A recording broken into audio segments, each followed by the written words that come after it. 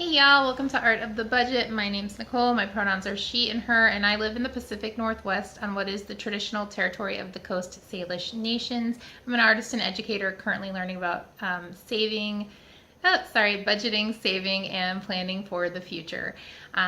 Thanks for checking this video out. If you're new here, thanks for stopping by. If you're old here, thanks for visiting again, and please hit that subscribe button if you're not already subscribed. I wanted to talk to y'all today about free money.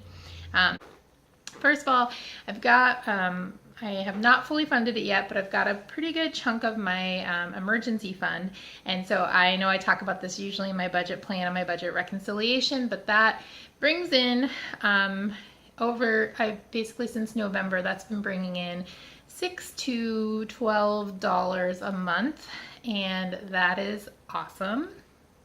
I also mentioned in my last budget plan that I actually have part of that emergency fund parked somewhere else so that in my business checking account so that I don't get charged a fee while I sort of save up those business funds. So I don't get charged any fee. So that's saving me money. It's not really free money though. Another thing is bank account bonuses. So because I've had my emergency fund and I have a steady salary job, so I get a direct deposit, I have been able to take advantage of some bank account bonuses. So my checking account at Chase and my business account at Chase both offered me $300 checking account bonuses. So that was pretty awesome. That was $600 free money. And in the case of my business checking, I just put that money back into the business. So that was pretty cool. Another thing that I've been doing is credit card points for travel. I'm definitely doing the Chase trifecta, which if you haven't seen Ask Sebby's channel, it's really good, and I think it's like entry level to high level, and I'm definitely very entry level doing the points game, but his channel is pretty great. I recommend checking it out. I'll link it below. But I have, through that point system, through the sign-on bonuses, and which basically means that once you get the card, if you spend a certain amount, which is, before when you're applying for the card, if you spend a certain amount in 3 months, you'll get a pretty large sign-on bonus. So say like $500 worth of travel credit, which if you use through the Chase travel portal is even more.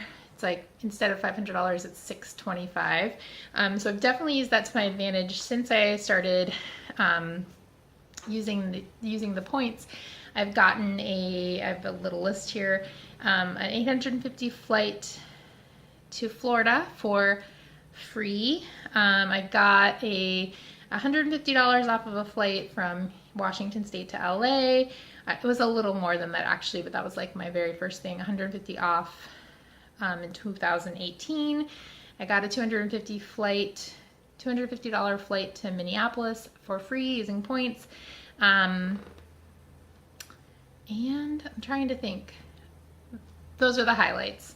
I think there's been a few more things. I think I paid for an Airbnb with points recently, and there may be a few more things, but those are the highlights. That $850 nonstop flight to Florida was amazing.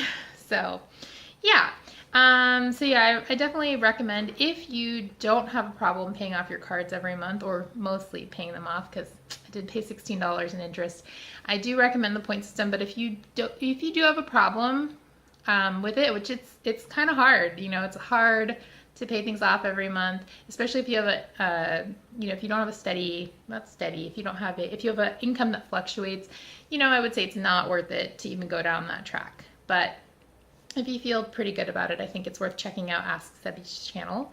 And then a couple more things that I've done that I think are pretty cool are, one, I am a ceramic artist and I belong to this statewide organization, and they have a yearly scholarship.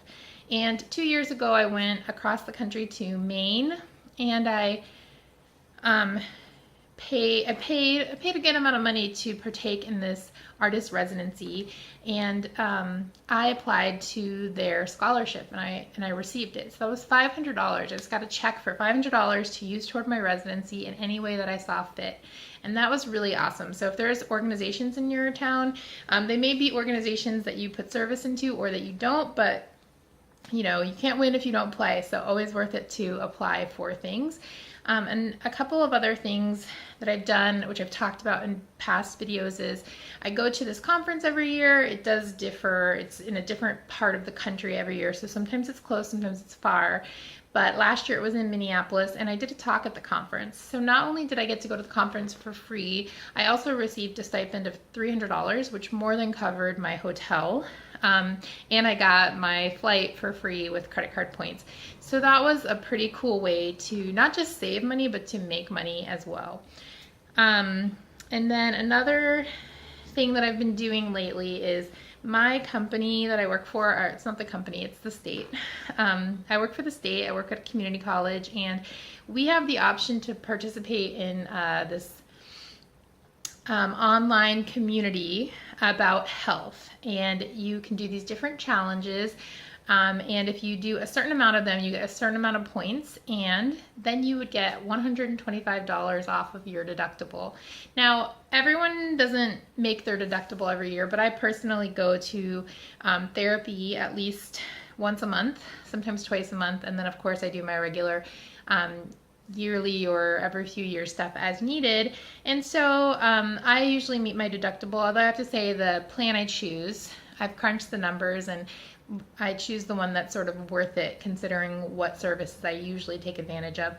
It's not a hugely high deductible, and then it's even lower because I get $125 off by just doing these challenges. But honestly, there are things I do anyway, like tracking your steps. I mean, my phone does that, so I do it anyway. Going on hikes, going to national parks, like getting up and stretching every hour. There are like challenges like that, which is stuff that I do anyway, and it's kind of fun to like, you know, kind of read about them or get reminded of things that you want to do anyway. So I do that. And then the last couple of years, they've even given you a $25 gift card just for sort of filling out the like little profile for yourself. So I mean, it takes a few minutes, and $25 Amazon gift card, who can't use that? Amazon's not my favorite company, but like I can spend $25 there, no problem. Yeah, so those are like some of the main things that I've been doing to get some free money. It's sort of fun and it's sort of addictive. And then I just wanted to tell y'all a few bonus things that I've participated in. One thing was that at this conference that I go to every year, I was seriously thinking about investing in this piece of equipment that costs about $150. And this one year, sometimes at the conference there'll be drawings. So there's a exhibitors hall, and there's vendors and schools and things like that. It's a ceramics conference. I have a video about the last one, my budget and my haul, if you're interested. But I was really thinking about investing in this piece of equipment, and I thought maybe they'll give me a deal so then they don't have to drag this thing home, because it's a pretty heavy piece of equipment. It's actually like a Lazy Susan that's used for ceramics, and it's quite heavy so that it's very sturdy and moves very smoothly. Anyway, one of the drawings was at this company for various prizes. And at the very end of the conference, I ran in, and I was just going to pick up a poster that I wanted to hang on my studio wall, and I saw this big crowd of people, and so I was like, what's that crowd for? I'd totally forgotten I'd submitted that drawing, into that drawing. And anyway, the people were crowded around because they were pulling names for the drawing, and they were pulling for a variety of things, some very cheap, not cheap, but like less expensive tools, and some tools that I like, maybe they're nicer, but I wasn't very interested in, or I don't have a use for them. But anyway, one of the things was this piece of equipment, which I had not bought, and they drew my name. You know, one of my very favorite teachers says, you can't win if you don't play. So yeah, it's pretty fun to get free money and get free things. If you have the mental bandwidth to be investigating that stuff, which everyone doesn't have, and I certainly haven't always had, and there are times when I don't. But when I do, it is kind of a fun game to play with yourself to see where you can pick up some free money. Let me know down below in the comments what are your favorite ways to get free money or free things, and if you have like a super highlight, like leave that down below because I want to read it and live vicariously through all of you. All right, thank you. See you later.